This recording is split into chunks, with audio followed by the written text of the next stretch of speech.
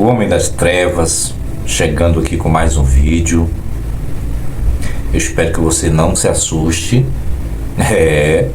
O Homem das Trevas, Cavaleiro das Trevas, chegando aqui com mais um vídeo para o canal. Já quero agradecer a você que sempre está com a gente aqui no canal Sem Religião, sempre compartilhando, assistindo os vídeos, comentando, deixando like. Isso é bom, muito bom. Isso é encorajador. Como é bom quando a gente está fazendo um trabalho que tem o reconhecimento das pessoas. E eu agradeço muito a vocês, muito mesmo. Bom, e no texto de hoje,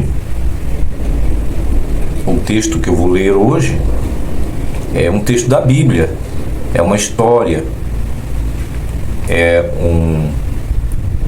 uma narrativa que se encontra em Lucas, capítulo 17, a partir do verso 11.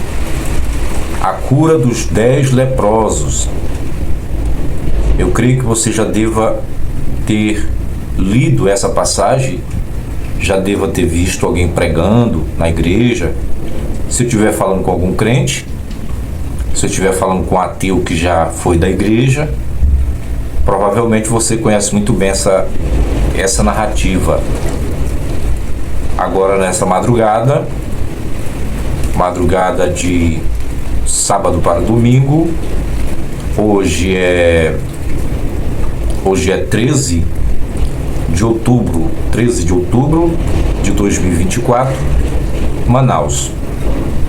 Eu aqui com você, nessa madrugada, na escuridão, mas é porque meu rosto está bastante machucado ainda, meus olhos. E é assim, tá? Não se preocupe com a minha fisionomia não, porque aqui é o Ed Albuquerque mesmo.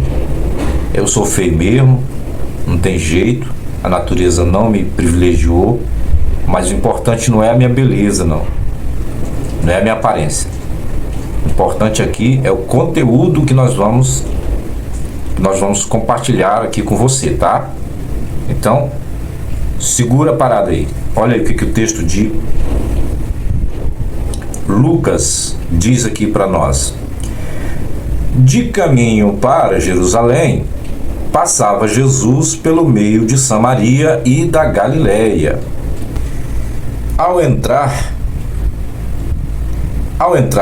numa aldeia, saíram-lhe ao encontro 10 leprosos, 10, que ficaram de longe e lhes gritavam, dizendo: Jesus, mestre, compadece-te de nós. Ao vê-los, disse-lhes Jesus: Ide, mostrai-vos aos sacerdotes. E aconteceu que, indo eles, foram purificados. Os 10 leprosos foram purificados.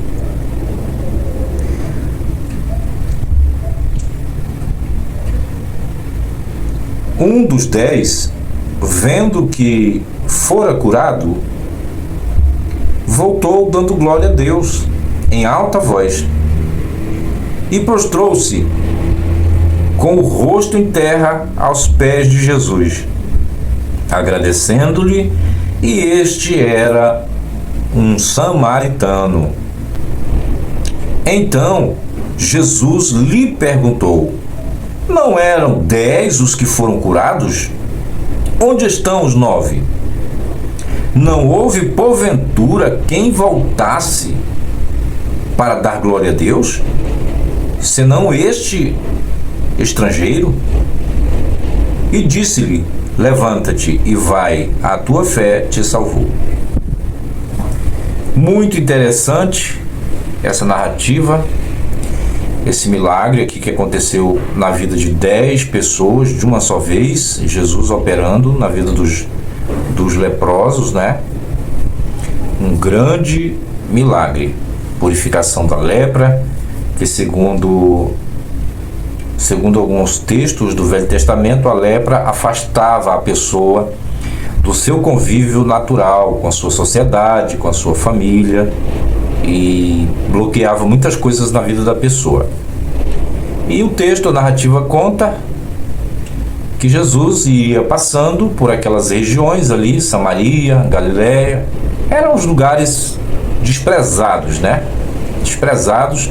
A Galiléia, por ser um lugar onde a população dessa região era um contingente de várias etnias, pessoas analfabetas, classe baixa e etc.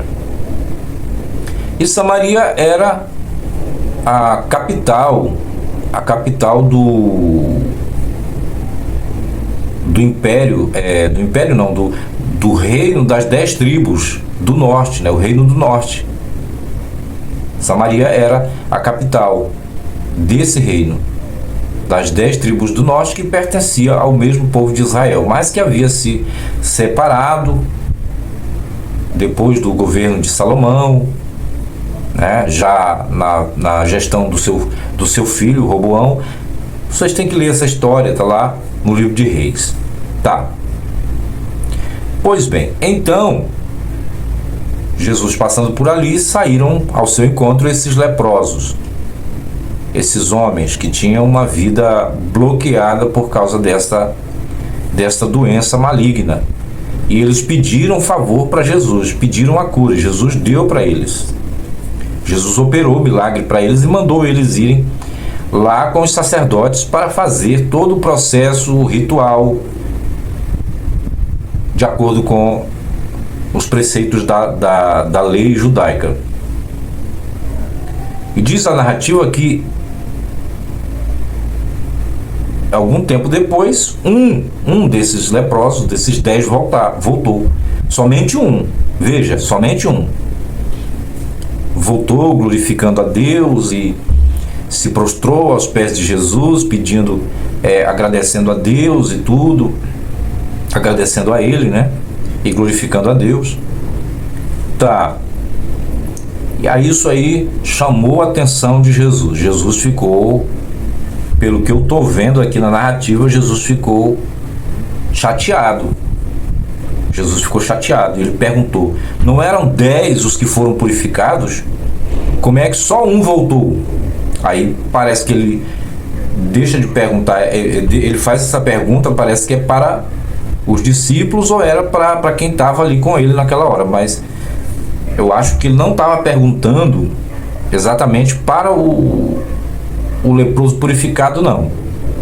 Então ele pergunta: não eram 10 os que foram purificados? Por que só um voltou? E este, um samaritano.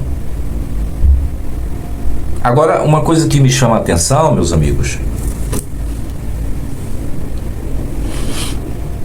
o que me chama a atenção nesse momento é porque o que foi que causou essa chateação em Jesus, né? Ele ficou revoltado, ficou chateado. O que foi que causou? Só o fato dos 9 não voltarem? Mas o que foi tratado na hora que os 10 apareceram ali da aldeia, clamando, pedindo para ele curar? O que foi acertado entre eles? Jesus deu alguma regra para eles? Olha, vocês têm que voltar, viu? Voltem e me cultuem, me reconheçam, me adorem, dobre seu joelho aqui nos meus pés. Jesus falou para eles isso? O texto está dizendo isso? Não está, né? Não está. Então, eles não tinham nenhuma obrigação, meu amigo. Não tinham nenhuma obrigação. Primeira coisa que eles fizeram, que eu imagino, eles ficaram tomados de alegria pela cura e foram para suas famílias, que já estava há quanto tempo que eles não conviviam com seus familiares. Eles foram para suas famílias, para suas casas. Não está certo isso aí, não? Primeiro que Jesus não deu nenhuma regra, não deu nem uma observação, né? Uma advertência para eles. Olha, vocês vão lá e voltem. Olha, eu vou contar aqui, vou cuspir aqui, viu? Se secar esse cuspe aqui e você não voltar, a lepra vai pegar vocês de novo. Não, Jesus não falou isso. Então por que ele se chateou? Qual foi a bronca aí? Qual foi a bronca? Então tem que ver isso aí, né? Tem que ver isso aí. Eles eram obrigados a voltar? Não, não tem nenhuma obrigação. Tá mais do que certo de ir para suas famílias. Aí o que é que acontece? Jesus parece que ficou meio desapontado, né? Queria que eles voltassem para fazer culto, cultinho, adorando, bajulando, glorificando. Isso muda alguma coisa nessa história? Qual é a relevância das pessoas voltarem para cultuar, para bajular? Lembra, eu vou colocar uma aqui para vocês, que eu não vejo nenhum sentido nisso, não vejo. Jesus aí, eu acho que ele foi bebezão aí, bebezão, né? Deu aí um piripaque na cabeça dele, né? Porque quando ele curou o jovem gadareno, que dormia nos sepulcros, em cima no cemitério, ele curou ele, libertou ele dos demônios lá, lembra? Capítulo 5 de Marcos. Pois é. Aquele homem pediu para continuar com Jesus. Jesus disse: não, vá para sua família e fale das coisas gloriosas que Deus tem feito por você. Aí como é que nesse caso aqui dos 10 leprosos, Jesus queria culto? Pode isso, Arnaldo? Não tem lógica, né? Não tem lógica. E aí, a minha pergunta para você é o seguinte: será que esses 9 leprosos voltaram a infectar de novo? Voltaram a ficar leprosos de novo? E se fosse você que tivesse operado esse milagre, o que você queria em troca? Porque, ao meu ver, eu acho assim: se eu sou uma pessoa que eu tenho condições de fazer o bem para as pessoas, eu não tenho que me preocupar quem é que vai gostar, quem não vai gostar, quem vai me agradecer, quem não vai. No primeiro momento, eu tenho que fazer a bondade para as pessoas. E o resto é o resto. Aí é cada um. Você só faz o bem para receber reconhecimento, é? Você acha certo? Porque o que Jesus fez aí parece que ele queria, né, ser reconhecido, queria reconhecimento. E é assim que procede o crente. O crente só é bom, só faz bondade, querendo reconhecimento. Para dizer: ah, ele é assim porque ele é um crente, ele é um evangélico, é um homem de Deus, é uma mulher de Deus. Ah, para com isso. Bondade ou maldade não depende de fé, de religião, não. Não depende. No mesmo momento que para a pessoa ser bondosa, ser generosa, ser humana, ela não precisa de religião, nesse mesmo instante, para a pessoa ser maldosa, perversa, sanguinária, homicida, ela não precisa também de uma religião, nem muito menos de ser um ateu. Não precisa. Isso não vai corrigir. A religião não corrige o caráter de ninguém. Nem o fato do cara ser um ateu, se tornar um ateu, vai corrigir seu caráter. Caráter é uma questão pessoal. Você tem que se corrigir de acordo com a sua sociedade. Porque é conforme o teu caráter que tu vai ter uma longevidade, né? Sem contar com as fatalidades, né? Pois tá. Então, Jesus não era onisciente, ele não sabia, ele não conhecia por esse dom aí o pensamento das pessoas, não sabia não? Ele não sabia quem era que ia voltar não para agradecê-lo? Ele sabia, ele não é onisciente? Ele não sonda o coração das pessoas, ele não sabe o pensamento das pessoas? E eu não acho que uma pessoa, para fazer o bem, tenha que estar exigindo das pessoas alguma condição. Eu acho isso muito errado. Se você está vendo um pobre, necessitado, pedindo-lhe um pedaço de pão, e você tem condições de pagar um almoço, por que você tem que estar exigindo as coisas da pessoa? Qual é o problema? Abençoa a pessoa, rapaz.